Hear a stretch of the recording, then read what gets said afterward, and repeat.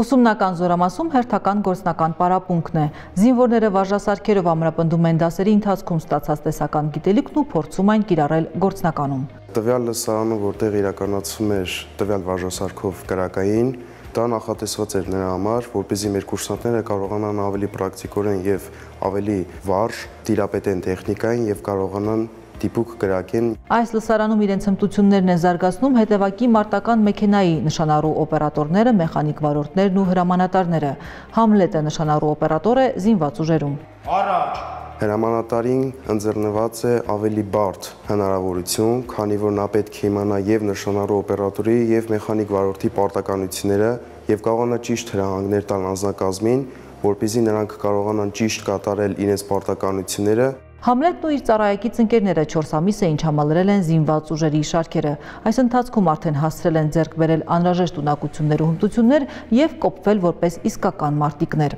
Իմ ծառայության ընթացքում այս կարճատև ես կարողացել եմ ավելի տեսականորեն եւ պրակտիկորեն ուսումնասիրել իմ մասնագիտությունը,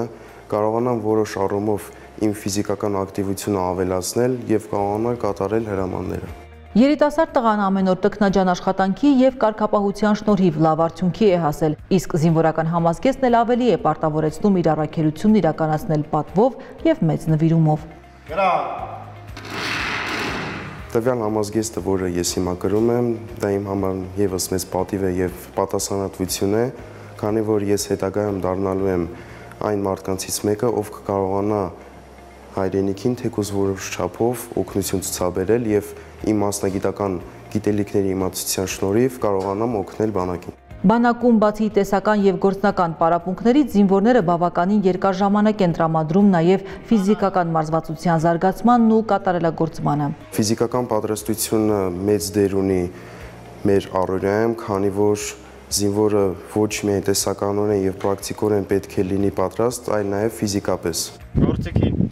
Մհեր Գորգոյանն էլ հետևակի մարտական մեքենայի հրամանատար է։ Երիտասարդ տղան շուրջ 3 ամիս ինչպես ֆիզիկապես, այնպես էլ հոգեպես է կոփվել ու ամրացել։ Ճկուն լինելն ու արագ մտածողությունը հրամանատարի հիմնական հատկանիշները պետք է լինեն, գերակշռող հատկանիշները, որոնք որ թույլ կտան, որ ավելի պարտավորված լինես ու որպես զինվոր ավելի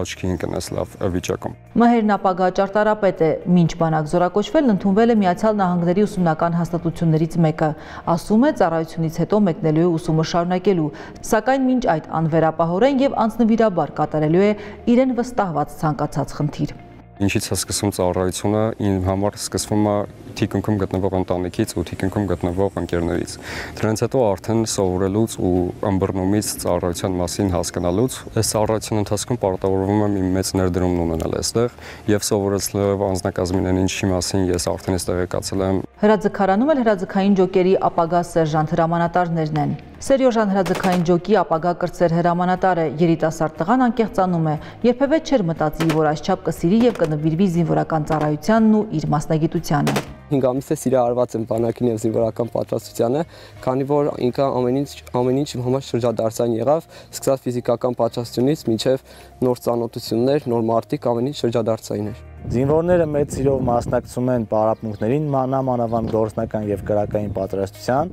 ունեն մեծ հետաքրքրություն զենքի հանդեպ, կրակայինի հանդեպ։ Հիմա կատարում ենք երկրորդ ստուգողական հրաձգային վարժություն, այսինքն ցանկացած զինծառայող վարժտում գտնվող գումարտակում գտնվող պիտի կատարի վարժությունը։ Ըստ դրա մենք հասկանում ենք, թե ինչ պատրաստվածության աշխան ունի մեր ամեն զինծառայողը, քանի որ պատրաստությունը անհատական է։ Եվ ըստ դրա հասկանալու ենք, թե հետագա շաբաթների ընթացքում ինչ ուղղությամբ պիտի աշխատենք գերազանց արդյունքին հասնելու համար։